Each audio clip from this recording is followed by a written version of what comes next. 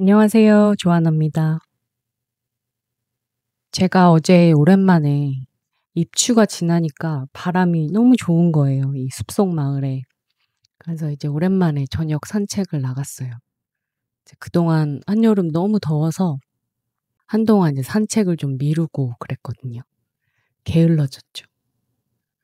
근데 너무 좋은 거예요. 바람도 너무 잔잔하고 너무 공격적이지도 않으면서 또 너무 소심하지도 않게 적당히 불고, 이 석양이 이제 해가 지는데 그 석양의 그 금빛이 이렇게 숲의 나무들에 이렇게 잎에 반사돼서 이 숲의 나무들이 그 금가루를 이렇게 뒤집어 쓰고 있는 듯한 그런 광경이었어요. 그래서 그 석양의 금가루가 숲안을 가득 채우고 솔솔 불어오는 바람에 기분이 너무 좋아진 거예요. 제가 너무 신이 나서 막 콧노래를 부르면서 산책을 하는데, 그래, 오늘은 이 기분 이대로 숲길을 따라서 오늘은 좀 길게 끝까지 걸어보자. 그래서 이 숲길의 끝은 내가 아는 마을로 이어진다는 걸 나는 알고 있으니, 굉장히 마음을 놓고 편안하게 이제 걷기 시작했죠. 발걸음이 자신만만하죠. 내가 아는 길이고, 또 이미 여러 번 다녀본 길이고, 또 나는 그 길의 끝을 안다고 생각했으니까요. 그런데 갑자기 이 넓고 잘 닦인 이 산책로, 숲속 옆으로 이렇게 샛길 하나가 나 있는데 그 샛길이 너무 예쁜 거예요. 반짝반짝반짝 하는 거예요. 그 빛에 홀려가지고 잠깐만 들어갔다 나와야지 하는 생각으로 그 샛길에 발을 들이게 됐습니다. 그러다가 정신을 차렸을 땐 사방이 이미 온통 비슷한 모양의 나무들 뿐이었어요. 그 금가루가 뿌려진 듯한 아름다운 나무들. 어디가 어딘지 방향을 가늠할 수가 없더라고요. 그러니까 갑자기 덜컥 겁이 나기 시작했죠. 해는 뉘엿뉘엿 저물어 가고 또 숲속의 해는 또 금방 떨어지거든요. 조금 전까지 그토록 황홀하던 그 석양과 그 아름다운 풍경들이 마치 지옥으로 안내하는 문지기처럼 진짜 싸늘하게, 서늘하게 느껴지는 거예요. 온몸에 식은땀이 나고 또 내 발은 이미 혼자서 움직이기 시작했어요. 혼자서 막 여기저기 발이 막 저절로 움직여요. 동동거리면서 길이 어디지? 어느 길로 가야 맞는 길이지? 이러면서 이제 길을 찾기가 바쁘죠.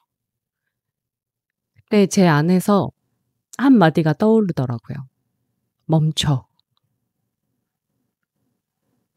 그때 제가 10년 가까이 다이빙을 하면서 이제 수백 명의 다이빙 교육생들에게 가르쳤던, 그리고 외쳤던 구호가 떠올랐어요. 멈춰. 이 땅 위에서와는 달리 바닷속에서는 인간을 둘러싼 모든 방향이 열려 있잖아요.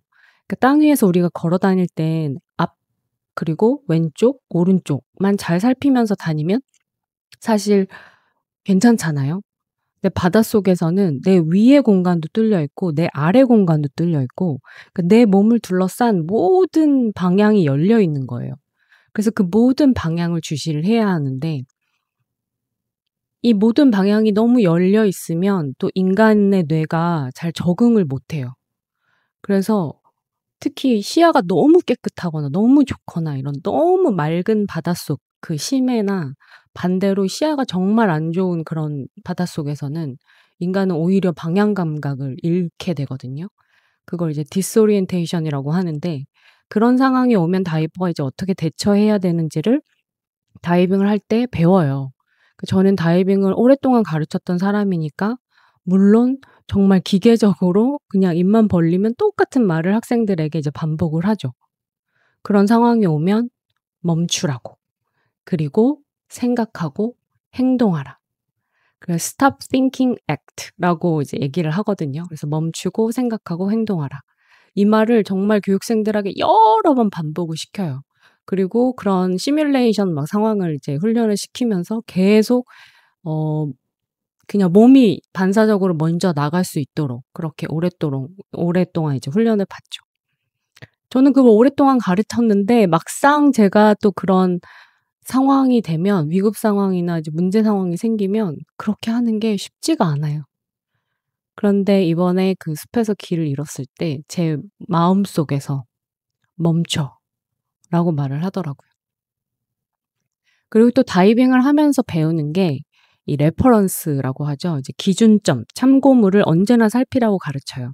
그 물속에서 정작 이제 내가 비상 상황이 되면 뭐 나침반을 확인한다거나 내가 어느 방향으로 왔었다거나 이런 거를 이제 계속 뭐 기억하고 뭐 어디에 적을 수 있으면 이제 수중 웬노트라고 하는데 이제 물속에서 필기를 할 수 있는 도구들이 있는데 그런 거에 계속 적거나 하는데 사람이 이 패닉 상황에 빠지면 그런 것들을 다 잊게 되거든요.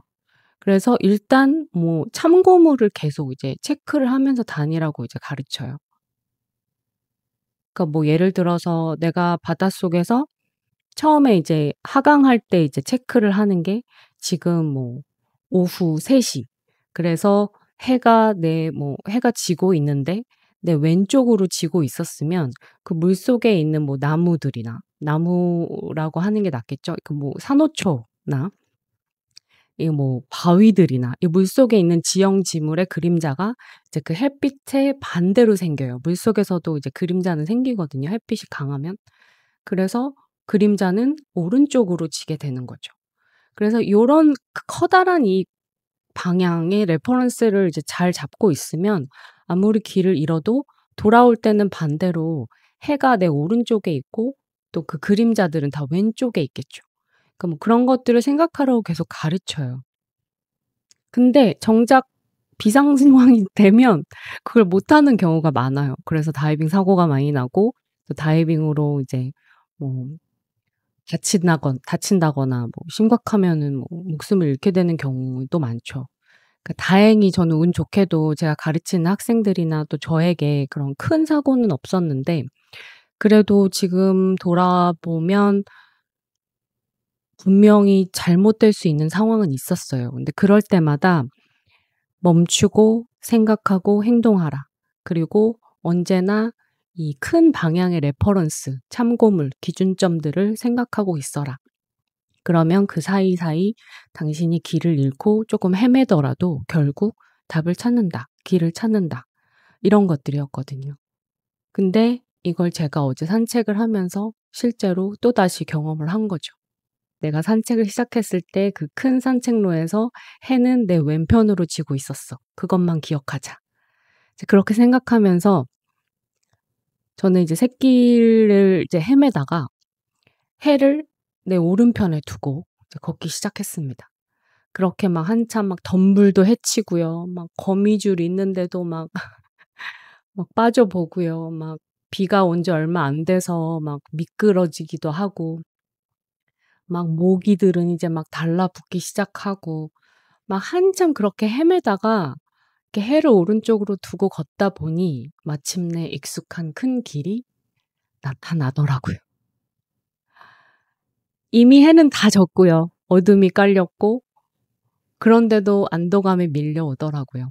이 30분을 예상했던 산책이 2시간을 훌쩍 넘겨버렸는데도 화가 나고 막 속상하고 이렇다기보다 안도감과 함께 그냥 기분 좋은 미소가 제 얼굴에 번지는 걸 느꼈어요. 막 땀 범벅에 머리는 산발이고 막 땅거미가 진 그 깊은 숲속에 지금 내 모습을 막 드론 카메라로 이렇게 찍는다면 어떤 모습일까 막 이런 생각을 하면서 그러니까 막 혼자 헛웃음이 막 나더라고요. 재밌기도 하고 막 이런 상황이. 그러니까 이 해가 떨어진 숲속에서는 낮 동안 뜨거운 햇빛에 짓눌렸던 온갖 향기들이 이제 해가 지고 나면 보슬보슬 피어오르거든요. 그걸 시각적으로 볼 수 있다면 정말 아름다운 빛일 것 같아요. 근데 제가 그렇게 길을 잃어서 해가 다 떨어져 가지고 나중에 결국엔 길을 찾았는데 가만히 숲속을 이제 다시 안도감 있게 숨을 내쉬면서 걸어보니까 그 냄새들이 이렇게 숲속에서 보슬보슬 피어오르는 게 느껴지더라고요. 그 냄새가, 그 향기가 느껴지더라고요. 그리고 숲풀 사이에 숨어서 그 뜨거운 낮 동안, 한동안 낮잠을 자고 있던 그 별의별 곤충들과 새들이 깨어나서 지저귀는데 그 소리가 너무 아름다웠어요. 제가 만약 길을 잃지 않았다면 영영 맡지 못했을 냄새와 그 소리와 그 여러 가지 감각, 또 나에 대한 느낌, 나에 대한 생각, 이런 것들이었다고 생각해요. 인생은 결코 직선이 아니에요. 효율성과 생산성을 외치는 세상이죠. 더 빨리, 최소한의 비용을 들여서 최대한의 생산성을 만드는 것이 성공이다 라고 말하는 세상이죠. 근데 저는 이렇게 말하고 싶어요. 길을 잃으면 어때요? 결국 우리는 길을 찾을 텐데. 길을 잃어야만이 배우고 느끼고 경험할 수 있는 것들을 우리는 너무 외면하는 것 같아요. 그것의 가치를 너무 제대로 책정하지 못하는 것 같아요. 그 가치를 제대로 존중하지 못하는 것 같아요. 그러면서 효율성만 외치면 그게 로봇이지 뭐 인간인가요? 근데 케이브 다이빙은 어떨까요? 케이브 다이빙은 정말 내 사방이 다 막힌 곳, 그런 터널 안을 다이빙하는 거잖아요. 여기에서는 레퍼런스로 삼을 햇빛조차 없어요. 그리고 굉장히 좁은 터널을 지나기 때문에 방향이 틀렸다고 내가 몸을 쉽게 돌려서 빠져나올 수도 없는 그 좁은 터널이잖아요. 거기에서 만약에 길을 잃는다면?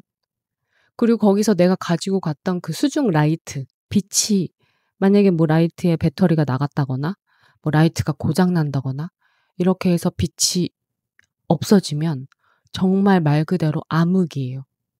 암흑의 그 좁은 공간에 아무것도 없는 그 어둠 속에서 내가 길을 잃었다면? 저는 한번 그 깊은 어둠 속에서 패닉에 빠진 적이 있는데요. 제가 그 멕시코에서 케이브 다이빙을 할 때 이렇게 그때 이제 굉장히 어려운 코스예요. 굉장히 그 훈련 강도가 굉장히 세고 정말 이 케이브 다이빙을 자칫하면 정말 길을 거기서 잃거나 이러면 이제 정말 목숨을 잃을 수 있는 상황이기 때문에 케이브 다이빙 그 코스들이 굉장히 그 훈련 강도가 세요. 그래서 저는 바닷속에서 다이빙 강사로 막 몇 년을 일을 하고 굉장히 많은 수강생들을 가르치고 그 교육 경험도 굉장히 많고 저 스스로 굉장히 좀 경험이 충분한 강사이고 좋은 다이버라고 생각을 했는데 제가 멕시코의 그 케이브 다이빙 처음 이제 코스를 수강을 할 때 와 너무 힘든 거예요. 정말 힘들고 이 정신적으로도 굉장히 준비가 많이 되어야 하고 뭐 신체적으로도 물론 준비가 돼야 하지만 이 정신 나 자신과 싸우는 거더라고요. 나 자신을 이겨내야 하는 다이빙이거든요. 그러니까 그것을 넘어서면 정말 그 케이브 다이빙을 하면서 정말 그 이너 피스, 내 안에 그 평화를 찾을 수 있는데 그 과정이 굉장히 어려운 거죠. 그래서 제가 처음에 이제 뭐 인트로 과정부터 이제 나중에 풀 케이브 다이빙까지 이 모든 코스를 굉장히 이제 조금씩 이제 계속 훈련 강도를 높이면서 이제 저를 가르쳐 준 그 강사와 함께 이제 코스를 다 마치고 마침내 코스를 마치고 첫 펀다이빙을 하던 날이었어요. 그래서 저는 너무 신났죠. 이제 나는 풀 케이브 다이버고 나는 이제 케이브 다이빙에 대해서 어느 정도 알고 또 막 이렇게 자만하기 시작한 거죠. 그래서 제 강사가 저한테 그러더라고요. "네가 앞장서 볼래?"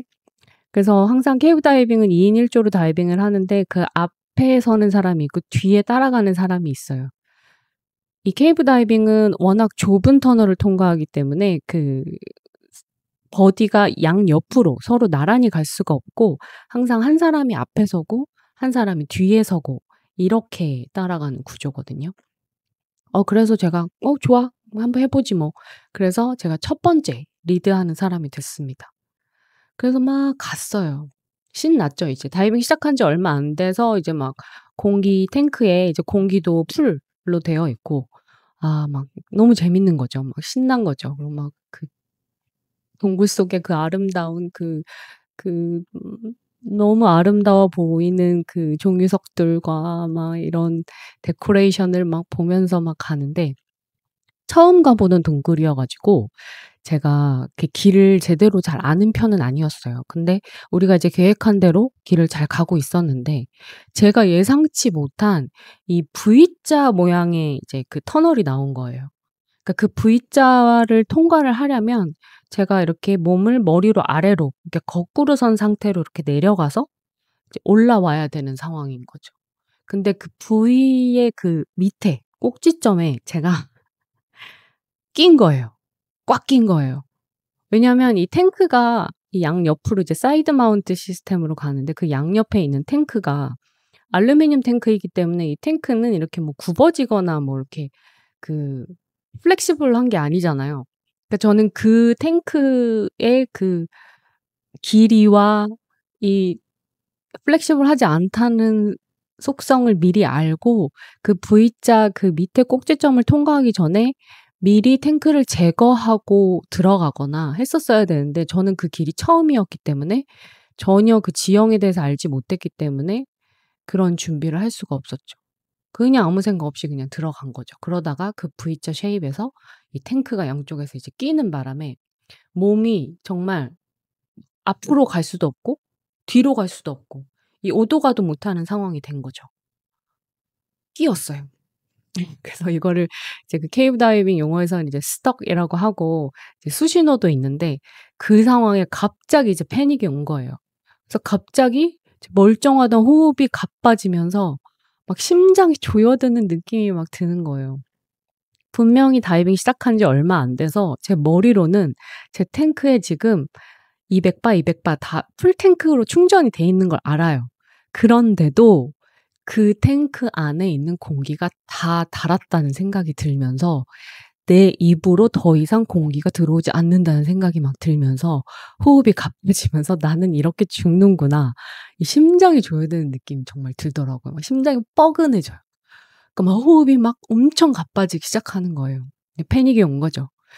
근데 그 짧은 순간에 정말 재밌는 건 여기서 내가 죽는다면 사람들이 내 몸을 어떻게 수습하지? 여기서 어떻게 내 몸을 꺼낼까? 뭐 나와 함께 다이빙한 내 뒤에 있는 버디에게는 내가 여기서 진짜 목숨을 잃으면 이 사람에게는 평생 트라우마로 남겠지? 막 별의별 생각이 영화처럼 막 스쳐 지나가요. 정말.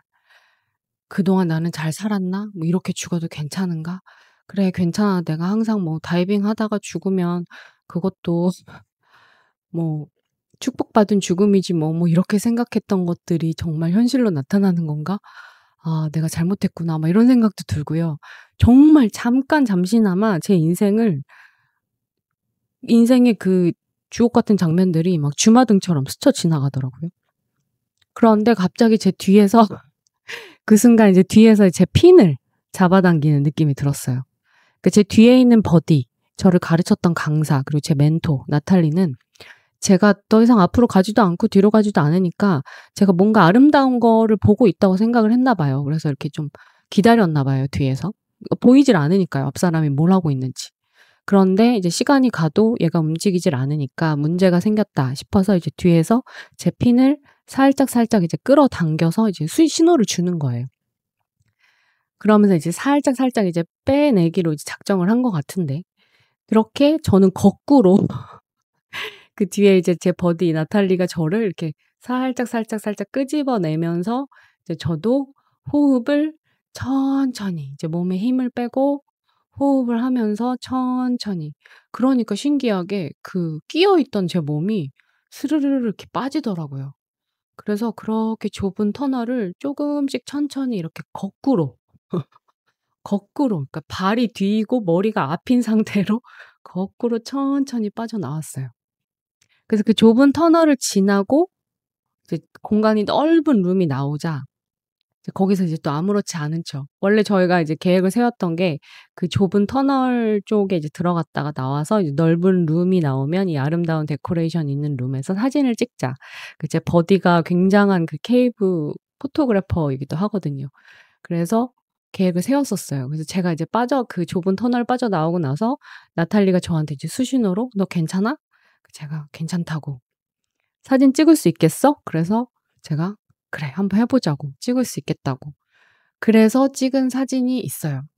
저한테 이 사진이 이 삶과 죽음의 경계를 넘나들고 바로 나와서 찍은 사람의 사진인데 사실 사진을 본 사람들은 "와 굉장히 멋지다." 이렇게 얘기하는데 저는 이 사진에 이제 들어있는 그 뒷이야기를 저만 아는 거죠.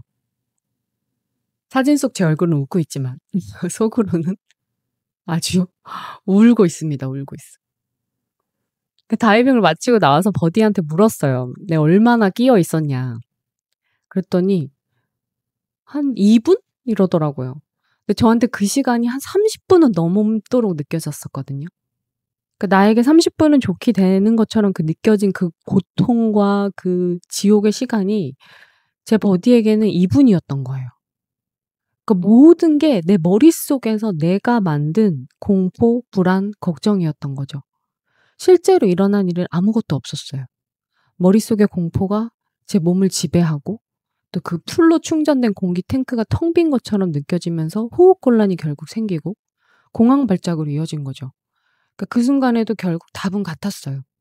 멈추고 생각하고 행동하라.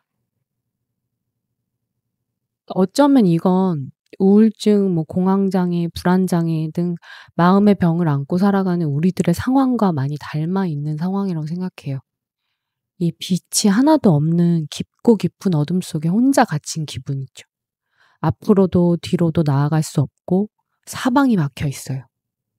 혼란스럽고 방향 감각도 잃어서 왼쪽과 오른쪽조차 기댈 수 없는 상태. 그 와중에 탱크의 공기는 점점 비어가는 것 같고 나 혼자 있어요. 아무것도 붙잡을 게 없고 어중간한 상태로 막 떠다니며 막막함에 이 마비된 기분. 여기서 죽긴 싫지만 또 딱히 살아갈 방법도 안 보이는 것 같아요. 아, 나 지금 길을 잃었어. 난 루저야. 바보같이 어떻게 길을 잃을 수가 있지? 저기 자기 삶을 잘 꾸리고 방향과 목적이 뚜렷한 다른 사람들을 봐. 왜 난 저렇게 하지 못할까? 막 이런 생각들이 머릿속과 마음에 가득해요. 저 역시 그곳에 있었습니다. 지금도 가끔 그곳에 있고요. 저는 정말 물에서 말라가는 아가미로 헐떡이는 물고기처럼 애초롭게 모든 것을 버티고 견디며 산 적도 있어요. 늘 습관적으로 반사적으로 괜찮다라고 말했지만 사실 저는 하나도 괜찮지 않았어요. 그런데 사람들이 다 괜찮은 척하고 괜찮다고 말하고 사니까 저 혼자서 안 괜찮다고 하기에는 나 혼자 너무 예민하고 나 혼자 너무 유난 떠는 것 같은 거예요. 나 혼자 너무 약해지는 것 같은 거예요. 그런데 사실 저는 하나도 괜찮지 않았어요. 이걸 인정하는 것부터가 가장 큰 실마리의 시작이라고 생각합니다. 길을 잃었을 때 그건 자신이 실패자라거나 희망이 없다거나 별 볼 일 없는 사람이라거나 낙오자라거나 변화를 꺼리는 사람이라는 걸 의미하지 않아요. 우리 삶은 단 한순간도 정체되어 있지 않아요. 길을 잃었다는 건 사실 정체의 정반대 상태라고 볼 수 있어요. 그것은 내가 어딘가로 가고 있다는 뜻이에요. 내가 움직이고 있다는 뜻이에요. 생각해보면 정말 멋지지 않아요? 삶에서 아무것도 하지 않고 어떤 포부나 야망도 없는 사람이나 고민이 없는 사람들, 불안이 없는 사람들은 자신이 길을 잃었다는 것조차 느끼지 못하면서 살아요. 저는 이게 가장 위험하다고 생각하거든요. 자기 안의 결핍, 욕망, 그리고 창의성, 그것이 바로 자신에게 길을 잃은 느낌을 주는 거죠. 인간은 더 많은 것을 찾고 탐색하고 있으니까요. 그러라고 태어난 거니까요. 그리고 저는 인생이란 이 깊은 숲 속에 탐험가이자 관찰자이자 탐구자이니까요. 우리는 모두 길을 잃어요. 자, 길을 잃으면 어떻게 해야 될까요? 삶 전체를 조망하는 건 마치 드론을 띄워서 내가 내 자신의 모습을 이렇게 숲속 위로 크게 띄워서 그 큰 숲 안에 있는 내 작은 모습을 보면 굉장히 도움이 되는데 사실 내가 길을 잃은 막상 그 순간에는 그 삶 전체를 크게 보고 조망하는 건 사실 벅찰 수 있어요. 우리는 지도를 보죠, 길을 잃으면 일단. 근데 그 지도를 보기 전에 해결책을 찾기 전에 벤치를 찾아서 앉아서 기다려야 하는 시간도 필요한 것 같아요. 시간을 내 편으로 삼고 친구가 되면 좋은 것 같아요. 아무것도 서두를 필요가 없어요. 때로는 그냥 하던 일을 계속 하다 보면 우리가 애쓰지 않아도 해결책이 스스로 모습을 드러내기도 해요. 서둘러 지금 당장 인생 목표를 정할 필요는 없어요. 안 그러면 큰일 날 것처럼 말하는 세상의 이야기에 귀 기울일 필요도 없어요. 길을 잃은 것만으로도 벅차다면 먼저 자신을 단단히 세우는 연습부터 해야 되는 거예요. 그래야 어디라도 가죠. 내 다리가 일단 움직여야 어디라도 가죠. 근데 내 다리가 움직이지도 않는데, 내 몸이 벌벌 떨리는데, 내 심장이 막 쿵쾅거려서 숨을 쉬기도 어려운데 어떻게 길을 당장 찾아 나가요?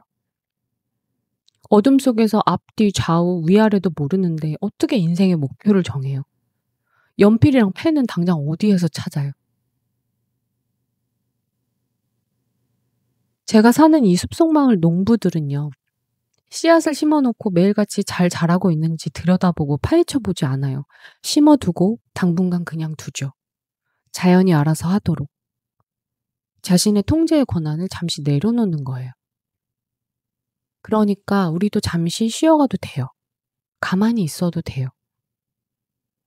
제가 어둠 속에서 길을 잃었다고 생각할 때 가장 많이 생각했던 건, 지금 내가 이렇게 보내는 시간들이 내 인생의 시간 낭비가 아닐까? 인생의 낭비가 아닐까? 이런 생각을 많이 했었거든요. 그런데 지금 생각해보면 그때 그 길을 잃었던 시간들은 정말 내 인생 전체에서 아무것도 아니었어요. 기억도 안 나요, 사실. 그러니까 내가 방 안에 틀어박혀서 정말 우울과 싸우는 그 6개월, 뭐 1년 이런 시간들이 내 인생, 저도 앞으로 얼마나 살지 모르겠지만 인간 평균 수명 뭐 80세, 90세, 뭐 요샌 100세 시대라고 하죠. 100년에서 보면 내가 길을 잃고 방황했던 그 6개월, 1년은 정말 아무것도 아닌 시간인 거예요. 그런데 그 시간 안에 갇혀 있으면 이 시간이 굉장히 커 보이죠. 막 나를 압도해요. 그 시간 앞에서 나는 아무것도 못할 것 같아요. 세상에선 계속 얘기하는 거예요. 너 지금 이 시간을 그냥 흘려보내면, 너 이 시간을 그냥 낭비하면 너 큰일 나. 너 인생에서 큰 패배를 결국에는 얻게 될 거야. 이런 식으로 그 가스라이팅하는 사회로 인한 그 내 안에서 자라는 불안과 걱정과 공포인 거죠. 정작 이 세상에는 아무 일도 일어나지 않았어요. 그런데 99% 내가 걱정하는 건 세상에 당장 일어나지 않은 일들이에요. 길을 잃은 것만으로도 벅찬데 그 상황에서 그냥 멈추고 아무것도 안 하고 그냥 두는 것. 그것이 저는 가장 중요하다고 생각해요. 자신의 통제의 권한을 잠시 내려놓는 것. 그냥 우리도 누군가가 이렇게 농부가 밭에 심어둔 씨앗처럼 그냥 가만히 있는 거예요. 자연이 알아서 하도록 자연스럽게. 그 자연의 무슨 뜻인지 아시죠? 스스로 자해 그러하련. 스스로 그러하다. 그러니까 스스로 그러하게. 인간도 자연의 일부잖아요. 그러니까 우리도 우리의 통제의 권한을 잠시 내려놓고 자연이 그러하다. 그런 상황을 그냥 그러한 상황에 맡기는 거예요. 그러니까 잠시 쉬어도 돼요. 가만히 있어도 돼요. 멈춰 있어도 돼요. 멈춰 있는 것 같아 보이지만 멈춰 있진 않아요. 하지만 멈춰 있다고 생각이 들어도 멈춰 있어도 돼요. 괜찮아요. 스스로에게 좀 더 부드럽고 친절해져도 돼요. 안 그래도 힘든 자신한테 자책하지 않아도 돼요. 너 왜 여기서 실패했어? 너 왜 여기서 좌절했어? 너 왜 여기서 쉬어? 너 왜 여기 가만히 있어? 뭐라도 해. 그렇게 닥달하지 않아도 세상은 충분히 우리를 닥달하고 있기 때문에 그렇게 자신까지 스스로에게 힘을 더 보태지 않아도 돼요. 좀 더 부드럽고 친절해지세요. 스스로에게 잘해주세요. 자기 자신에게 자기가 잘해주지 않으면 누가 잘해주겠어요? 어둠 속에 있다면 햇빛이 저절로 들기를, 달빛이 비치기를 기다리면 돼요. 그리고 나서 어디로 갈 것인지 결정해도 늦지 않아요. 우리 모두 길을 잃어요. 지금 굉장히 제가 여러 번 얘기하는 건데 우리 모두 길을 잃어요. 길 한 번 잃지 않은 사람 같아 보이는 사람 있죠? 그 사람들도 길을 많이 잃어요. 어쩌면 지금도 길을 잃고 있는데 자기는 길을 잃지 않은 척하고 있는 걸 수도 있어요. 그런 사람들이 결국엔 탈이 나요. 새로운 모험을 좋아하는 사람이라면 익숙해져야 하는 감정이에요. 내가 길을 잃는다는 건 새로운 모험을 좋아하고 새로운 시도를 좋아한다는 사람이라는 의미예요. 제 삶도 여러분의 삶과 닮아 있어요. 직선이 아니에요. 누구의 삶에도 직선은 없어요. 우리는 언제나 돌고 돌아서 갑니다. 때론 원하는 목적지에 다다르기도 하죠. 때로는 길을 잃고 헤매다가 전혀 새로운, 한 번도 가본 적 없는, 생각해 본 적도 없는 곳에 닿기도 해요. 인생은 예측 불가예요. 어쩌면 여러분이 순간의 아름다움에 빠져서 저처럼 나무에 비친 그 금가루들이 너무 아름다워서 그 나무를 하나씩 맛보며 열매를 먹다가 길을 잃게 된 걸 수도 있어요. 어쩌면 너무 즐거웠기 때문에 여러분과 제가 지금 예상과는 다른, 전혀 다른 장소에 있는 걸 수도 있어요. 길을 잃었다고 느낄 때 여러분은 진정으로 당신이 누구인지, 그리고 당신은 무엇에 즐거워하는 사람인지, 무엇에 심취되는 사람인지, 무엇에 행복해지는 사람인지, 무엇을 사랑하는 사람인지, 그리고 지금 당신은 어떤 사람인지, 이렇게 어디에 있는지, 당신의 지금 위치는 어디인지, 이런 모든 것들을, 당신에 대한 정보를 알게 되는 거예요.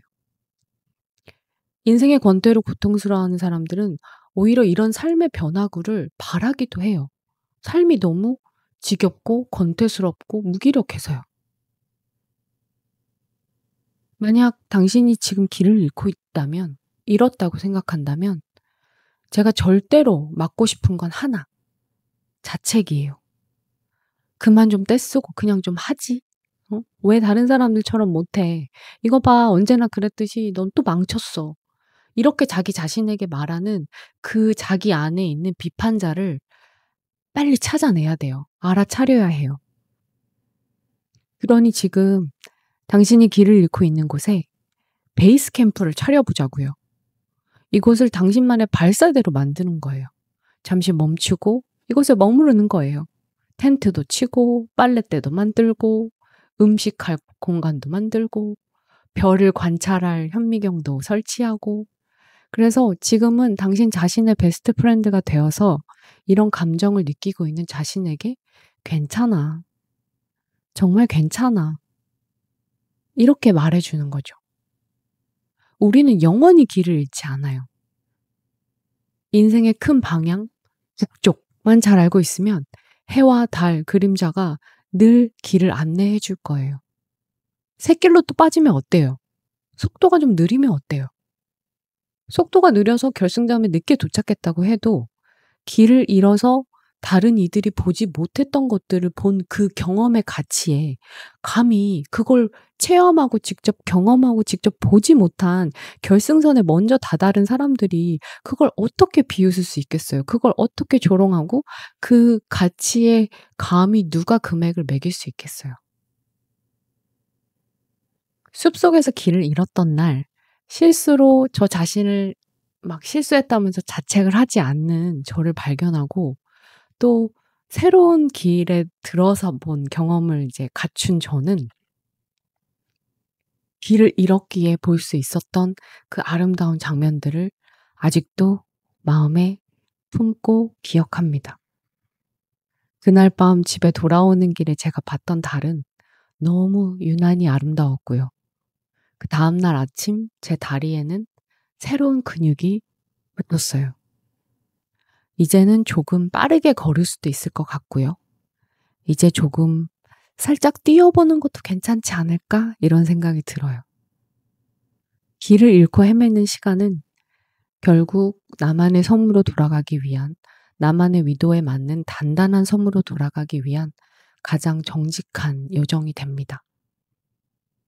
그러니 지금 길을 잃고 있다는, 나는 길을 잃었어 라고 느끼면서 어둠 속에서 외로이 혼자 있는 여러분, 혼자가 아니에요.